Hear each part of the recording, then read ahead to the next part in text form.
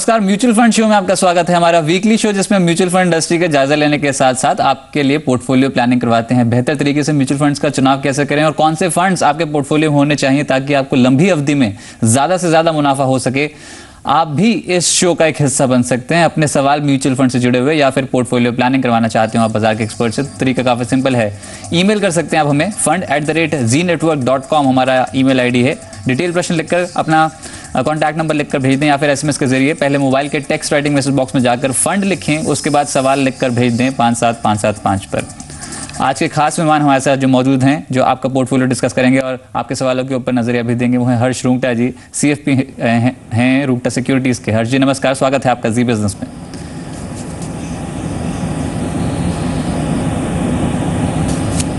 चलिए यहाँ पर सवाल जवाब का सिलसिला शुरू करते हैं और पहले व्यूअर इसी बीच हमारे साथ लाइन पे जुड़े हैं। सचिन जी कोलकाता से लाइन पे हैं। सचिन जी नमस्कार, आप पूछे क्या पूछना चाहते हैं जी। मैं आपका प्रोग्राम बहुत दिनों से देख रहा हूँ। Basically what I wanted to put it across is I want to invest around 15,000 rupees for next 11 years when I retire at age of 54. जी। So want to get advice on which or mutual fund I should invest in around 15,000 per month. ठीक है, और आपने ये भी लिखा है कि HDFC टॉप 200 इस फंड में आपका ऑलरेडी इन्वेस्टमेंट है 3,000 रुपए की लगभग। आपने नहीं, इसमें आप SIP के जरिए इन्वेस्टमेंट कर रहे हैं? हाँ sir, I am investing with SIP for last 3 years on HDFC top 200.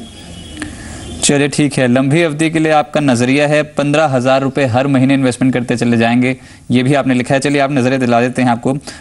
Harshvardhan जी, जिस तरीके से इनका ऑब्जेक्टिव है कि 11 साल के लिए इन्वेस्टमेंट करें, 15,000 रुपए हर महीने लगाएं और अच्छी से अच्छी रकम जुटा पाएं, पर ओवरऑल जिस तरीके के बाजार के हालात हैं, क्या एडवाइजेबल है इन स्तरों पर? इनफैक्ट अब म्यूचुअल फंड में इन्वेस्टमेंट करने का बिल्कुल आइडियल टाइम आ चुका है और लंबी अवधि के लिए जो भी इन्वेस्टमेंट करेगा उसको काफी बेहतर रिटर्न भारतीय बाजारों में मिलते हुए नजर आएंगे। इनका पोर्टफोलियो क्रिएट करना हो तो कैसे क्रिएट करेंगे आप? ऑलरेडी HDFC टॉप 200 में इन्वेस्टमेंट है।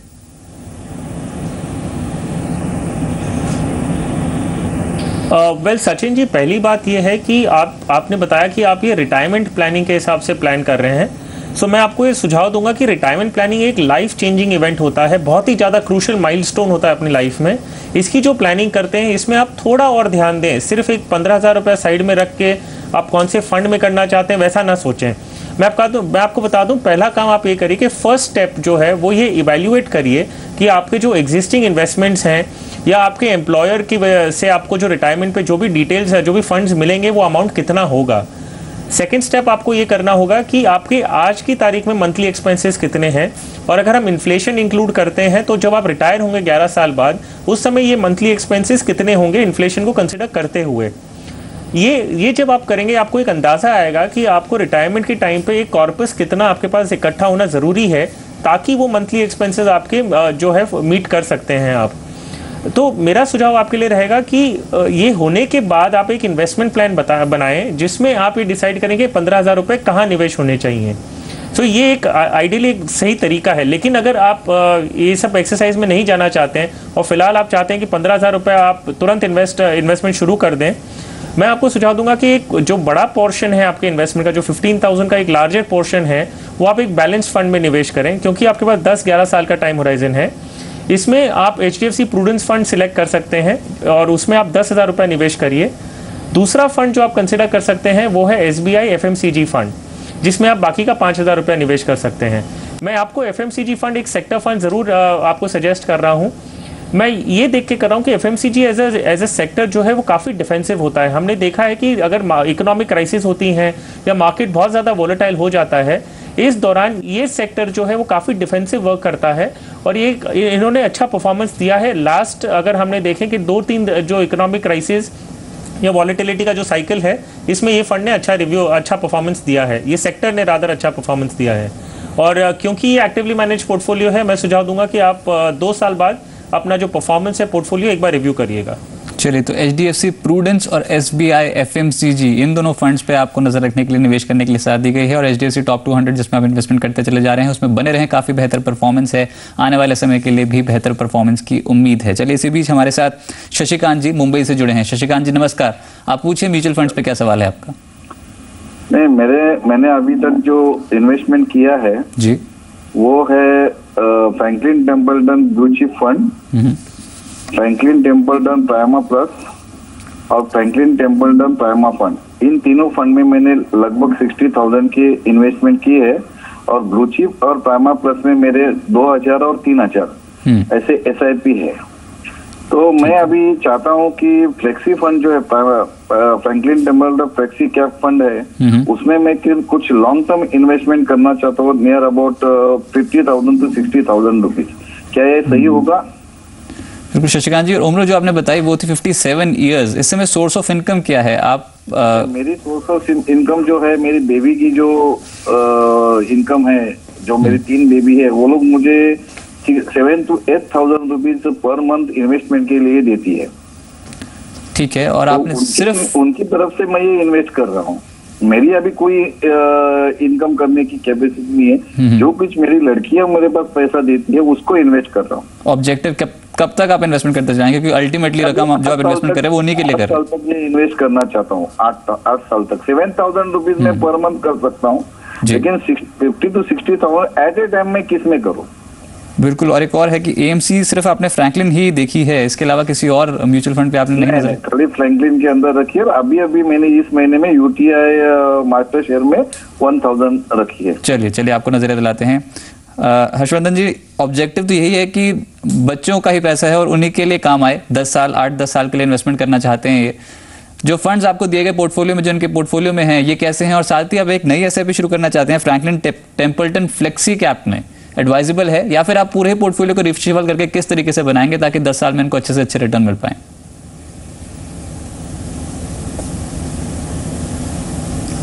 वेल शशिकांत जी, मैं आपको बताऊं कि आपने अगर सारा पैसा अपना जो है वो फ्रैंकलिन म्यूचुअल फंड में लगा रखा है तो कोई गलत बात नहीं है। फ्रैंकलिन फंड हाउस जो है वो एक अच्छा फंड मैनेजर है। उनकी अलग स्कीम्स में आप डेफिनेटली फंड निवेश जो अपना पैसा है वो निवेश कर सकते हैं।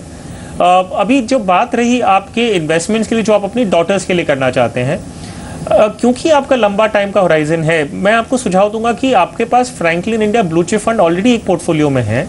उसका जो कॉम्पोजिशन है, जो स्टॉक्स उनके पोर्टफोलियो में है, वो बहुत ही अच्छे कंपनीज के हैं, लार्ज कैप कंपनीज के हैं। जो फ्लेक्सी कैप जो आपने जो फंड सिलेक्ट शॉर्टलिस्ट किया है, उसका मैंडेट भी ये है कि large and mid cap segment में ही वो ज़्यादातर निवेश करेंगे। सो अगर आपको ये डुप्लीकेशन अवॉइड करनी है तो आप अपना जो फ्रेश इन्वेस्टमेंट है वो बिना हेजिटेशन के आप फ्रैंकलिन ब्लू चिप फंड में ही निवेश करें। आपको एक बास्केट ऑफ स्टॉक्स ऑलरेडी मिल रहा है, ज़्यादा डाइवर्सिफिकेशन करने की जरूरत नहीं है। Over a period of 8 to 10 years ये फंड जो आपको रिटर्न्स देगा वो मार्केट की लाइन में ज़्यादातर रहेगा। सो मेरा सुझाव है कि आप अपने बच्चों के लिए जो इन्वेस्ट करना चाहते हैं उसी में करिए, ज़्यादा स्कीम्स अपनी पोर्टफोलियो में ना ऐड करें। चलिए, तो आप फ्रैंकलिन इंडिया ब्लू चिप में ही अगर कोई भी नया निवेश करना चाहते हैं तो बेहतर यही होगा कि आपने ऑलरेडी जो इन्वेस्टमेंट किया हुआ है उसी में ही आप और निवेश करें। जो फंड्स आपने अपने पोर्टफोलियो में रखे हैं वो ठीक है, लंबी अवधि में इनमें भी इन्वेस्टमेंट करते चलाएंगे तो अच्छे रिटर्न आते हुए नजर आएंगे। पर फ्रैंकलिन इंडिया फ्लेक्सी कैप के बजाय फ्रैंकलिन इंडिया ब्लू चिप में आप निवेशित राशि जो है वो बढ़ा सकते हैं। चलिए, इसी नोट पर एक छोटे से ब्रेक ले रुकते हैं, जल्द लौटेंगे। आप देखते रहिए म्यूचुअल फंड शो।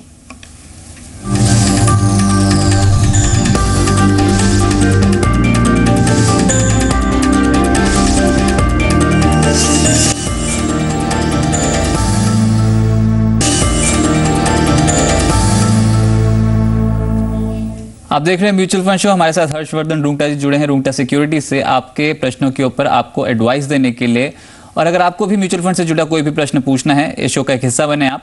fund@zenetwork.com हमारा ईमेल आईडी है। डिटेल प्रश्न लिखकर भेजें इस ईमेल आईडी पे। अपना कॉन्टैक्ट नंबर जरूर मेंशन करें। इसके अलावा हमें SMS भी कर सकते हैं। मोबाइल के टेक्स्ट राइटिंग मैसेज बॉक्स में जाकर पहले फंड लिखें, ये हमारा कीवर्ड है फंड, उसके बाद अपना सवाल लिखकर हमें भेज दें 57575 पर।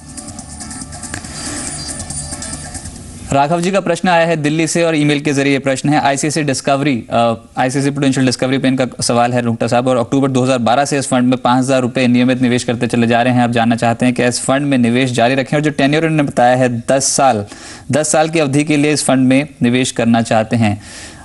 जिस तरीके की परफॉर्मेंस देखने को मिल रही है mid cap small cap category के जो स्टॉक्स है उसमें ज़्यादा इन्वेस्टमेंट है इस फंड की, पर उन्हीं जो शेयर्स हैं उन्हीं पर ही दबाव ज़्यादा देखने को मिल रहा है बाजार पर। और जो इस समय अर्थव्यवस्था के हालात हैं, क्या आप मानते हैं इस फंड में जिस तरीके का परफॉर्मेंस देखने को मिला आने वाले समय के लिए भी वैसे देखने को मिलेगा, या फिर कोई और बेहतर फंड जो यहाँ पर आउट परफॉर्म करता हुआ नजर आएगा?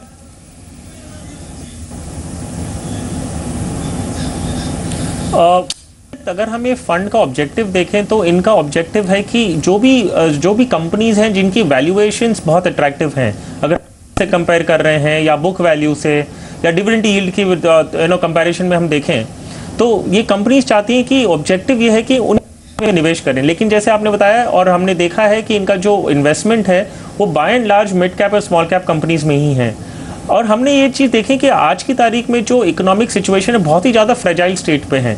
ऐसी सिचुएशंस में जो कंपनीज जो लार्ज होती हैं, फाइनेंशियली स्टेबल होती हैं या जिनका मार्केट डोमिनेंस होता है, वो कंपनीज ये दौर जो है वो बहुत अच्छी तरह सर्वाइव कर पाती हैं।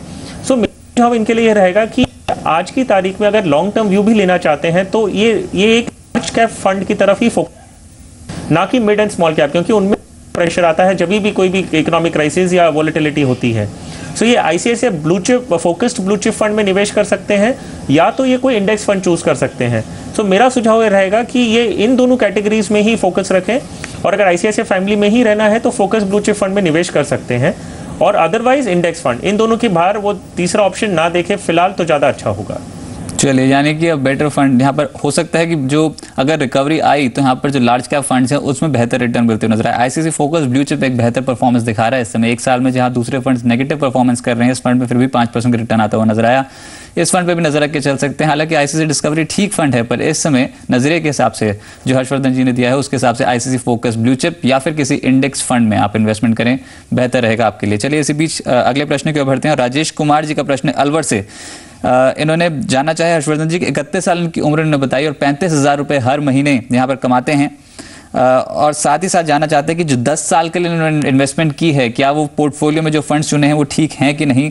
पर मुद्दे की बात यह है कि जो फंड्स चूज किए हैं उसमें टैक्स प्लानिंग ऑप्शंस यानी ईएलएसएस में इन्वेस्टमेंट है, आईसीआईसीआई टैक्स प्लानिंग, और साथ ही साथ एचडीएफसी टैक्स सेवर में इन्वेस्टमेंट है 2,000 रुपये की एसआईपी।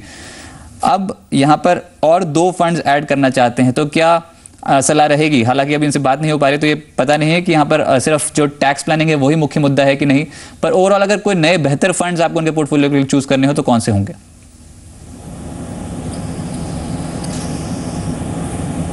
वेल रजत, अगर हम देखें तो इनका जो इन्वेस्टमेंट आज की तारीख में ICICI tax plan and HDFC tax saver में है, दोनों प्लान्स अच्छे हैं, वो उसमें कंटिन्यू कर सकते हैं। सो क्योंकि हमें मालूम नहीं कि इन्हें टैक्स के एंगल से इन्वेस्टमेंट करना है कि अदरवाइज करना है, मैं उन्हें बता दूं कि अगर इन्हें टैक्स के पर्पज से करना है तो वो 1-1 हज़ार रुपया दोनों एग्जिस्टिंग फंड्स में ही इंक्रीज करें, नया कोई फंड लेने की जरूरत नहीं है। और अगर इन्हें टैक्स बेनिफिट्स नहीं चाहिए, अगर ये ओपन एंडेड रेगुलर इन्वेस्टमेंट करना चाहते हैं, सो जैसे मैंने अभी कहा था कि आप एक लार्ज कैप फंड में फोकस रखें। सो आईसीआईसीआई प्रूडेंशियल का फोकस ब्लू चिप फंड या तो Franklin India index fund BSE Sensex plan, इन दोनों फंड्स में वो निवेश करें। और लॉन्ग टर्म व्यू है ही तो इन्हें जो मार्केट के जो क्राइसिस हैं या वॉलेटिलिटी है वो ज़्यादा बेटर वो हैंडल कर पाएंगे। चलिए इसी बीच एक और प्रश्न है वो जो हमारे पास ईमेल के जरिए है, वो है सूर्या जी का मुंबई से। काफी इंटरेस्टिंग प्रश्न है सूर्या जी का।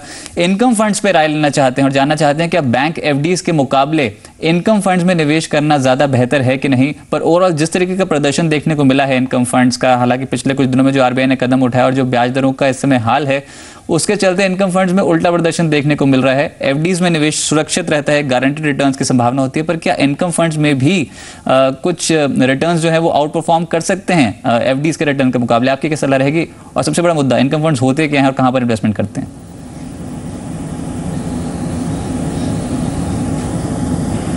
वेल रजत, पहली बात, इनकम फंड्स जो हैं उनका मैंडेट जो होता है कि वो डेट में निवेश करते हैं।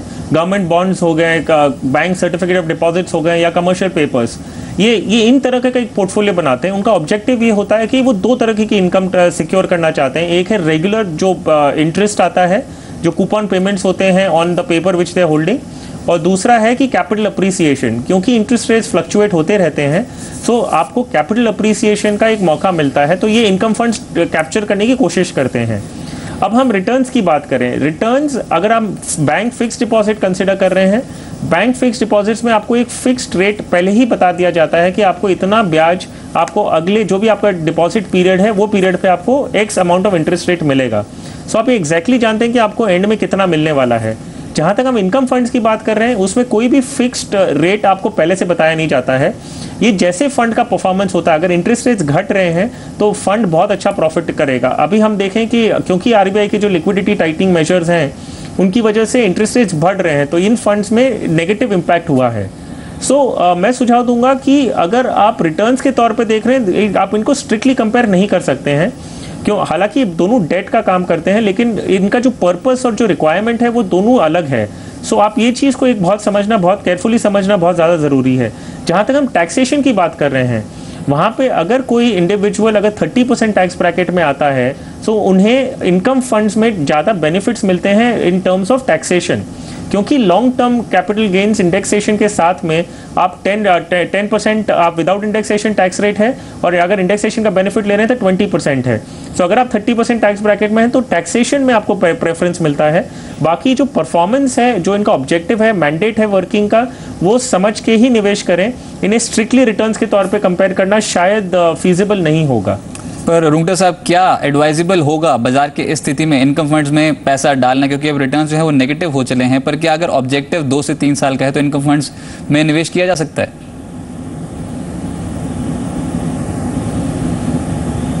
वेल रजत, मैं सुझाव दूंगा कि अगर आपका 2 या 3 साल का नजरिया है और आप होल्ड करके रख सकते हैं, आपको मालूम है कि आपको 2 या 3 साल तक आपको लिक्विडिटी नहीं चाहिए, सो आप फिक्स मैच्योरिटी प्लान्स की तरफ रुख करें, क्योंकि अभी जो भी इन्वेस्टमेंट होगा वो आज की रेट में फिक्स हो जाएगा और आपको वही रिटर्न्स 2 या 3 साल में मिलेंगे।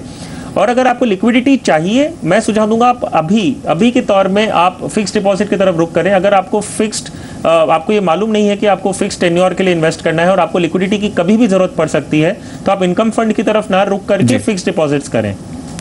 चलिए, इसी नोट पे एक छोटे से ब्रेक के लिए रुकते हैं, कहीं मत जाइए, आप देखते रहिए म्यूचुअल फंड शो।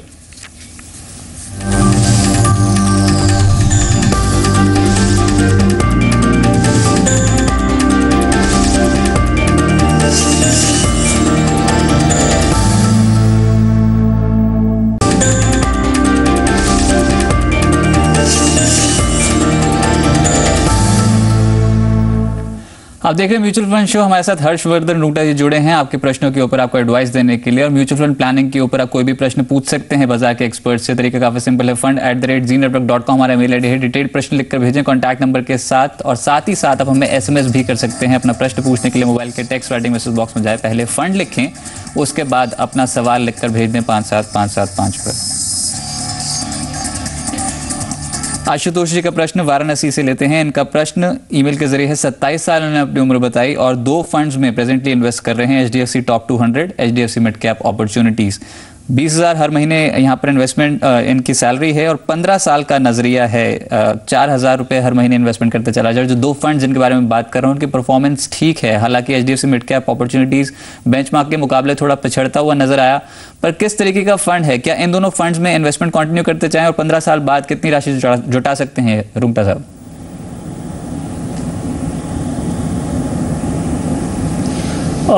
वेल रजत, हमने अभी बात किया है कि अभी जो करंट मार्केट सिचुएशन है उनमें मिड कैप और जो स्मॉल कैप कंपनीज हैं उनमें आप नेगेटिव जो प्रेशर है वो ज़्यादा देखने मिलेगा।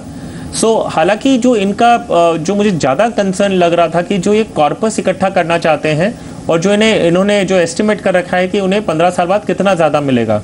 तो मैं बता दूं कि जो मार्केट का इक्विटी मार्केट्स में हमने लॉन्ग टर्म रिटर्न्स अगर हम देख रहे हैं तो सेंसेक्स, अगर हम इंडेक्स की बात करें तो इंडेक्स ने जब से उनका इंसेप्शन हुआ है तब से करीबन 17% return annualised compounded annualised growth rate में उनको रिटर्न्स मिला है।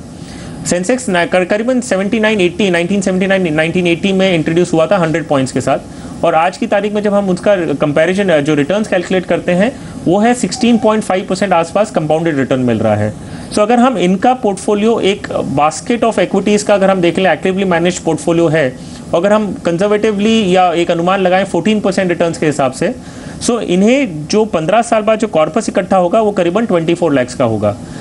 ये चीज़ अगर वो ध्यान में रखते हुए इक्विटी में निवेश करें और अपना पोर्टफोलियो रेगुलरली रिव्यू करें कि कोई सेक्टर या कोई सेगमेंट इनके जैसे मिड कैप है, हम बोल रहे हैं कि मिड कैप में अभी निवेश नहीं करना चाहिए, तो ये डेफिनेटली फंड को स्विच करें, दूसरे फंड्स में निवेश करें। इनका जो एक फंड ऑलरेडी है HDFC टॉप 200, ये कंसोलिडेट करके अपना इन्वेस्टमेंट टॉप 200 में ही कर सकते हैं जिसका मैंडेट है large cap and mid cap. ये थोड़ा एक्टिवली मैनेज करके ये अगर लॉन्ग टर्म बने रहे तो जो कॉर्पस 15 साल बाद इकट्ठा होगा वो करीबन 24 लाख का होगा इनके लिए। चलिए, 24 लाख तक की राशि आप जुटा सकते हैं, और बाजार के इस हालात में भी अगर आप लॉन्ग टर्म इन्वेस्टमेंट प्लान करेंगे तो हर सालाना लगभग 14% का रिटर्न आप एस्टिमेट कर सकते हैं। मिल सकता है आपको यहाँ पर बाजार से म्यूचुअल फंड्स के जरिए नियमित इन्वेस्टमेंट से। पर overall HDFC top 200, HDFC mid cap opportunities बेहतर फंड है। लंबी अवधि के लिए अगर बने रहेंगे, इन्वेस्टमेंट करते चले जाएंगे तो और भी बेहतर रिटर्न मिलने की संभावना है। बने रहिए अपने पोर्टफोलियो में। रुंगटा साहब, बहुत बहुत शुक्रिया हमारे साथ जुड़ने के लिए, म्यूचुअल फंड इंडस्ट्री पर चर्चा करने के लिए। और साथ ही साथ दर्शकों के सवालों का जवाब देने के लिए बहुत बहुत शुक्रिया। प्रजात यादव को बता दें कि अगर आप भी शो का हिस्सा बनना चाहते हैं और म्यूचुअल फंड से जुड़ा कोई भी प्रश्न पूछना चाहते हैं बाजार के एक्सपर्ट से, तो तरीका काफी सिंपल है। यहाँ पर आप ईमेल कर सकते हैं हमें fund@zenetwork.com हमारा मेल आईडी है। डिटेल प्रश्न लिख के भेजिए, कॉन्टैक्ट नंबर जरूर मेंशन करें। इसके अलावा आप हमें SMS भी कर सकते हैं। मोबाइल के टेक्स्ट राइटिंग मैसेज बॉक्स में जाएं, पहले फंड लिखें, फिर अपना सवाल लिखकर भेज दें 57575 पर। म्यूचुअल फंड शो से बस इतना ही। आप देखते रहिए जी बिजनेस, आपका फायदा। नमस्कार।